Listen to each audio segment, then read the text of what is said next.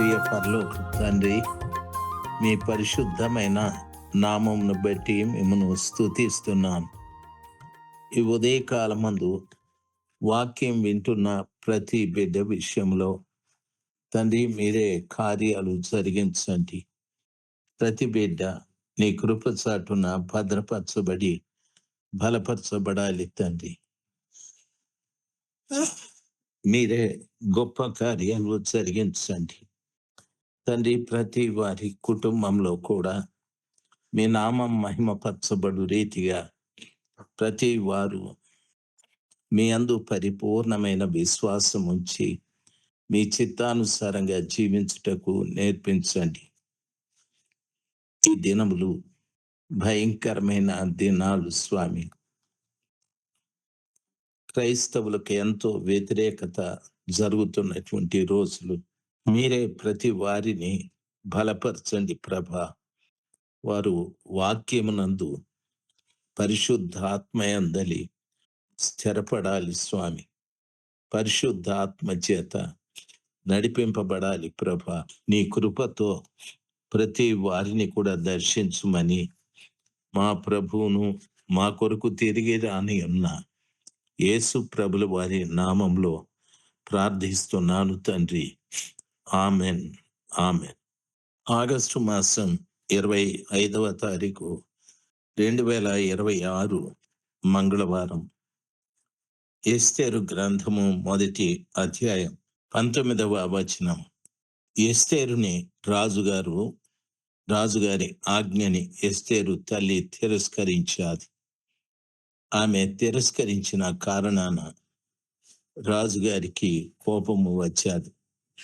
రాజుగారు వస్తీ తల్లి అహశ్వరోసు రాజుగారికి ఎంత కాలం నుండి తాను భార్యగా ఉందో, ఆ తల్లి 127 సంస్థానాల అధిపతులకు చక్కగా తెలిసిన తల్లి. 127 సంస్థానాలకు రాణి అని పేరు పొందిన తల్లి. ఆమె చక్కటి అందగత్తె. ఆమె శిరస్సు మీద కిరీటం కూడా ఉంది. అయితే ఒక్క రాజు ఆజ్ఞని మీరిన కారణాన, తిరస్కరించిన కారణాన తన జీవితంలో గొప్ప స్థితిని కోల్పోయాది. నిన్నటి దినాన తిరస్కారాన్ని గురించి చెప్పాను. చాలా పర్యాయాలు మనము దేవుని యొక్క వాక్యాన్ని తిరస్కరిస్తాం. ఎన్నో పర్యాయాలు దైవ సేవకులు మనల్ని హెచ్చరించినప్పుడు తిరస్కరిస్తాం. ఎన్నో పర్యాయాలు పరిశుద్ధాత్మ ద్వారా మనము హెచ్చరింపబడినప్పుడు దాన్ని కూడా మనం తిరస్కరిస్తాం. ఈ రీతిగా చాలా మంది ఈ తిరస్కార స్వభావాన్ని కలిగి దేవుని యొక్క ఆశీర్వాదాల్ని పోగొట్టుకుంటారు. దేవుని యొక్క దీవెనల్ని కూడా పోగొట్టుకుంటారు. ఒకసారి మీ అందరికీ నా మనవి ఏమిటంటే, ఒకవేళ నీవు కూడా అటువంటి తిరస్కార స్వభావాన్ని కలిగి ఉన్నావేమో ఆలోచించాలి. అటువంటి స్వభావాన్ని కలిగి ఉంటే ఆ గొప్ప దేవుని పాదాల చెంత క్షమాపణ అడిగి, ప్రభా నన్ను క్షమించండి. ఒక రాణి హోదాలో ఉన్న ఆ తల్లే తన రాణి హోదాని పోగొట్టుకున్నది.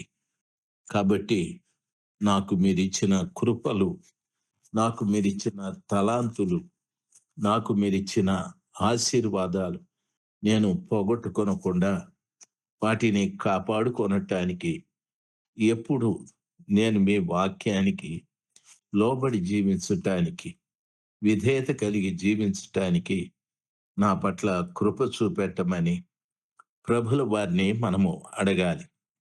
ప్రియులారా, అక్కడ ఉన్నటువంటి రాజుగారి ఆజ్ఞను బట్టి అక్కడ ఉన్నటువంటి వారందరూ కూడా పారసీకుల యొక్కయు మాదీయుల యొక్కయు న్యాయము చొప్పున ఈ పనులు జరిగించారు. అయితే వస్తీ కంటే యోగ్యురాలిని రాణిగా తాము చేయవలెనని మరియు రాజు చేయు నిర్ణయము విస్తారమైన తమ రాజ్యం అందంతటా ప్రకటించిన ఎడల కనురాలు గాని అల్పురాలు గాని స్త్రీలందరూ తమ పురుషులను సన్మానించుదురని చెప్పాడు. ప్రియులరా, బాగా గమనించాలి.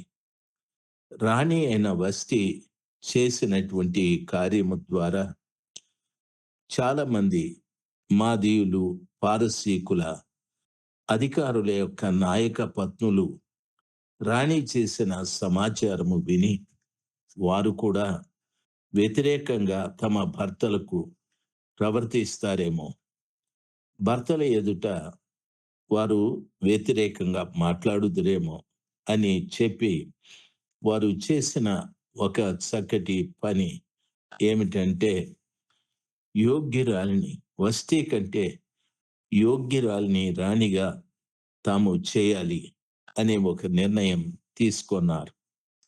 ఆ తరువాత స్త్రీలందరూ తమ పురుషులను సన్మానించాలి. ఈ సంగతి రాజునకు కూడా అధిపతులకు కూడా అనుకూలంగా ఉంది గనుక అతడు మెమూకాను మాట ప్రకారము చేశాడు.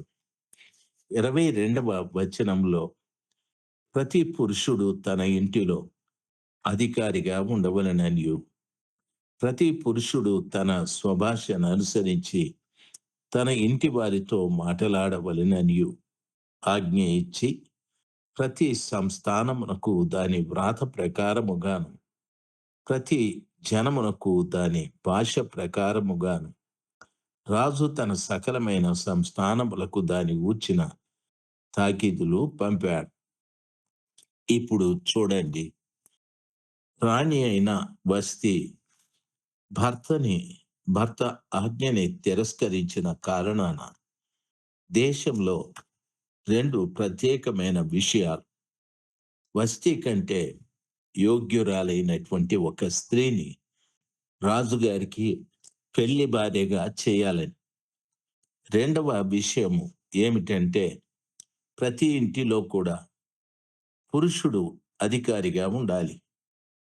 ప్రతి పురుషుడు తన స్వభాషను అనుసరించి తన ఇంటి వారితో మాట్లాడాలి. ఇది రాజుగారి ఆజ్ఞ. ఇది వ్రాతరూపకంగా రాజుగారు ఆజ్ఞ తయారు చేసి సంస్థానాలకన్నింటికీ కూడా పంపించాడు. ప్రియులారా, ఈ రోజున కూడా అది జరుగుతూ ఉంది. ప్రతి ఇంటిలో కూడా పురుషుడే అధికారం.